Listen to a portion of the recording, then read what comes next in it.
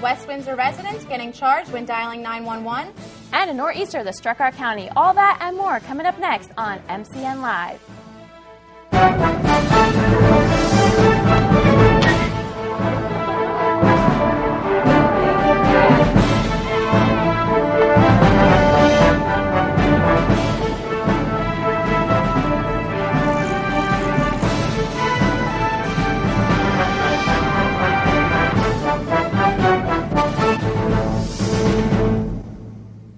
Everyone, I'm Tara Davis-Chalet. And I'm Mona Soroya. Today is November 3rd, 2011, and you're watching MCN Live.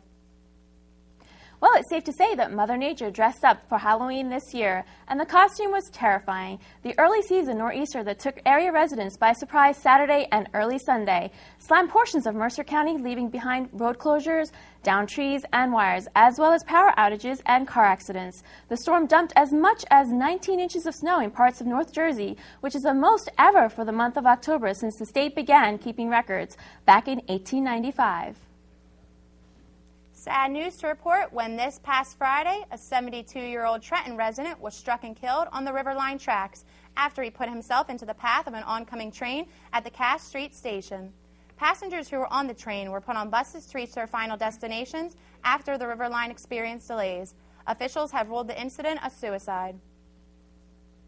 Following up on a story that we brought you last week, Rider University has now struck a deal with their professors and staff.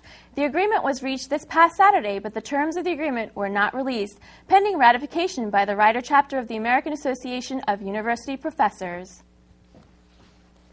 Even though West Windsor Township has a new emergency unit, it hasn't come cheap. The paid professional unit, called West Windsor Emergency Services, bills the insurance policies of patients and victims of fires for all the services provided.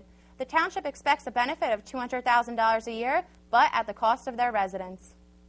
Mayor Dave Freed filed a complaint on Tuesday with the New Jersey Board of Public Utilities against Jersey Central Power and Light, seeking $95,000, citing 5 days of service interruptions and expenses the township incurred in the wake of Hurricane Irene. The complaint also asked the BPU to allow PSE&G to serve as their primary public utility franchise. In addition to seeking restitution and revocation of JCP&L, Robbinsville is also demanding an immediate upgrade of the JCP&L infrastructure in Robbinsville Township. Demanding that JCP&L hold 3 public meetings in Robbinsville to allow public comments on the outages and a public apology from the company. The BPU has still not confirmed whether or not the complaint had been filed. Coming up after the break, your latest in international news. And we'll find out what's coming up on entertainment. But for now, let's turn to Alex Nambia and see what's with the weather. And Mona, the snow is out. Sunny skies are back into the picture, but how long will these sunny skies last? I'll have all the details coming up next right here on MCN Live, so stay tuned.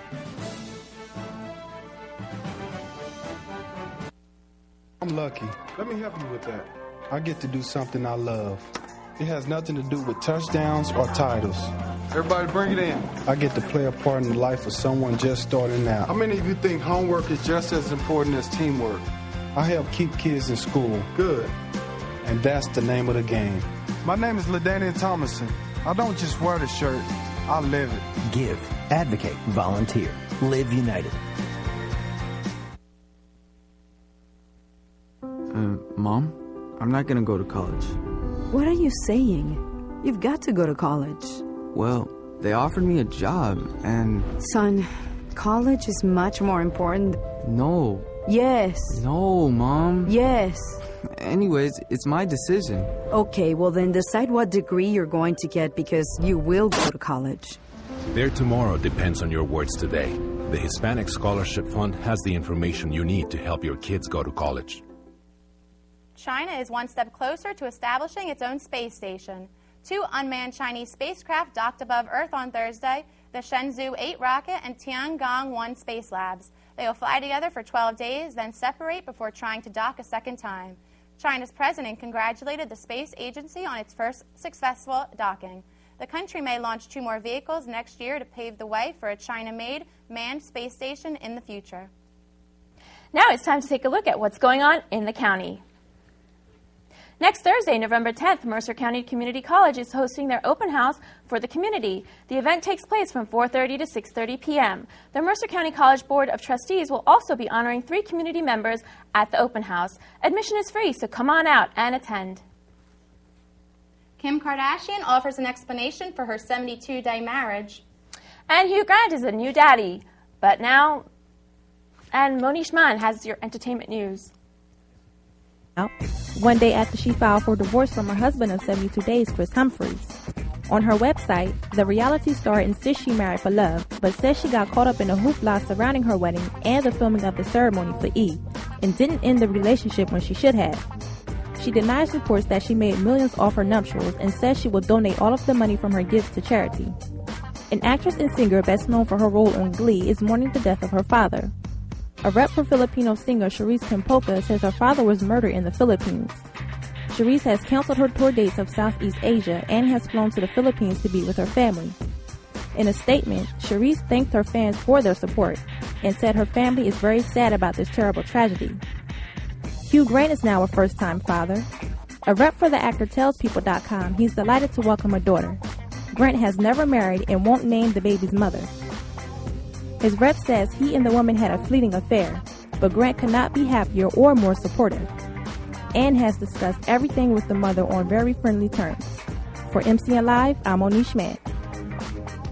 A big congrats to Hugh Grant. He is one of my favorite British actors. I love that British accent, but now we turn to Alex for the weather. Alex? Well, good evening to both of you ladies. Like I said before the commercial break, the snow has moved out. Sunshine has moved in. Let's take a look at a weather picture right now. I think it's actually a beautiful one, not the damage that it caused here in Mercer County, but otherwise a beautiful shot here. Take a look at the current conditions right now. We will see that we do have partly sunny skies. Temperature is 65 degrees. Humidity is at 46%, very dry. Southwest winds, that's 7 miles an hour. That's what's bringing us those mild temperatures right now at this half hour. That ocean water temperature at 62 degrees. Still a little bit chilly for my liking, so I'm not going in. Sorry about that. Regional temperatures, take a look at them. Everybody up and down the board is in the 60s. Allentown, the warm spot right now, at 66 degrees. Take a look at the almanac. We did reach a high of 67 degrees. Mostly sunny skies all day. Morning low of 44. Average temperatures are 62 and 48 for this time of the season, but not really all that bad as we get into our weather forecast here. Take a look at tonight's forecast. Clear skies will be comfortable, only getting down to 58 degrees, so it will be very, very comfortable if you guys are going out on the town tonight or just going out to hang out, something like that. Very comfortable conditions. Overnight low 48 degrees, so very mild with the moon brightly shining overhead. Take a look at tomorrow's forecast. Tomorrow, same as today, just a little bit cooler. Sunny skies, breezy and cool, getting only up to 59. As we take a look at the 5-day forecast, I'll show you Saturday's forecast. Saturday will be pleasant, getting up to only 55. But again, those breezy and cool conditions. And as we go through Saturday night into Sunday morning, don't forget to change those clocks back. Gain an hour of sleep, but lose an hour of sunlight, unfortunately. Sunday, mostly sunny, high of 60 degrees. Sun setting at about 4:50 or so. And it'll keep going down as the days continue. Monday, clouds and sun, high of 66. Then Tuesday for Election Day, sunny skies, high of 64 degrees. Take a look at the Beyond the 5-Day forecast Wednesday and Thursday. Looking both like beautiful days, mostly sunny skies for both. Temperatures in the mid-60s. So basically no more snow in the forecast for this week, I'm safe to say. Enjoy the rest of your week. We'll be seasonable. Well, thank you very much, Alex. You're welcome. Sounds good to me. Up next, Ryan with the sports. What's going on with sports, Ryan? Thanks a lot, Mona. Coming up in sports, a sad conclusion for a couple of teams' seasons.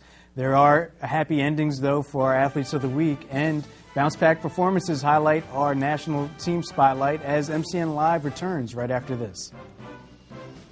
It's me? I can't. My parents say I have to be home right after work. That's so gay.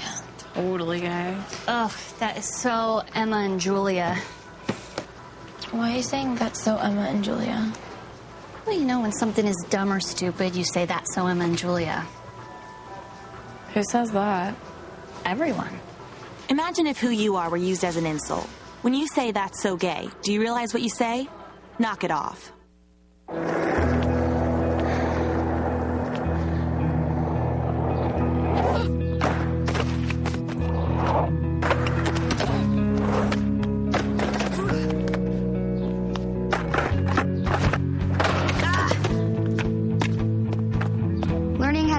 clip 6 stairs takes determination.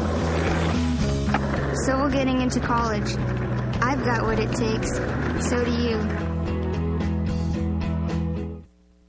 We are different. Society should aspire to be more like us. Be part of the first class. Get energized. Get outside. Hold on, guys. It's gonna get bumpy. And get moving. Experience the power of physical activity.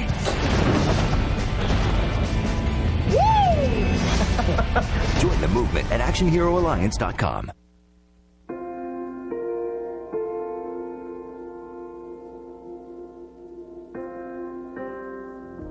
I really didn't want to tell anybody, and I didn't. Hiding sadness makes you more and more sad. If you're strong enough to just open your mouth, that's all it takes. The healing is in me and can also be extended to others. Giving voice to what you're feeling is part of the healing. Welcome back to Sports on MCN Live, and I'm Ryan Sills. As inevitable as a change of season, so too are a winner and loser inevitable in the outcome in sporting competition. With this fact in mind, I am unfortunately here to report the men's and women's soccer seasons came to an end this past week, with the women's team losing 1-0 in their regional semifinal against Burlington. The team ended the season with a 7-win, 12-loss, and 1-tie record. The men's team lost as well in regional championship game to Burlington 3-2, finishing the season with an 11-win, 7-loss, and 1-tie record. Now, there's no reason for anyone on these rosters to hang their heads, as both teams gave valiant efforts throughout the season to reach the regional playoff stage.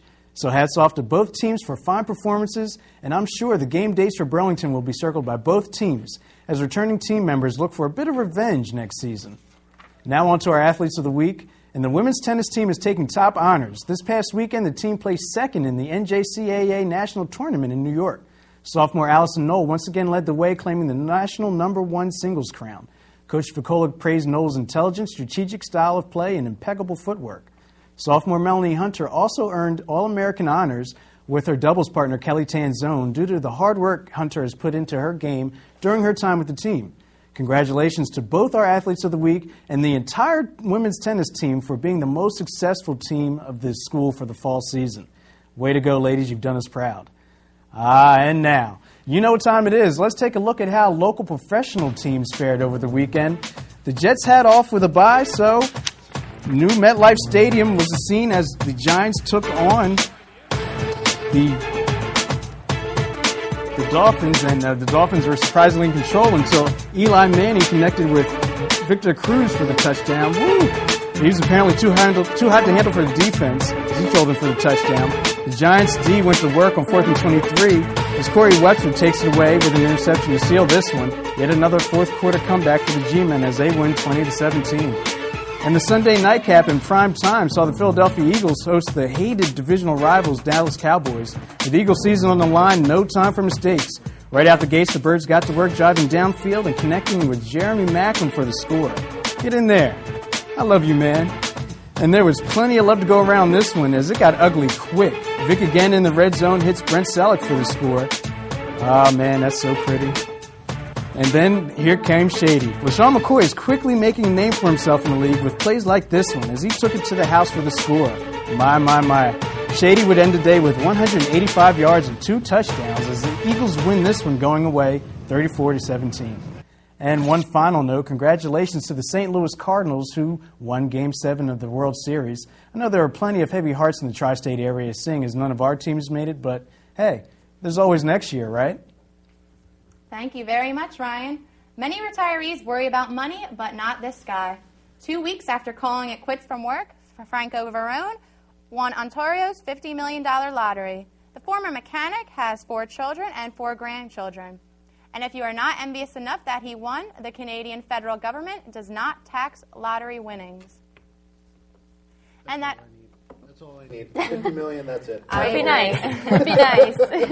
And that is all we have for this tonight's episode of MCN Live. I'm Tara Davis-Chalet. And I'm Mona Soroya. I'm Alex Nebbia. And I'm Ryan Sills. Have a great night, Mr. County. Good night.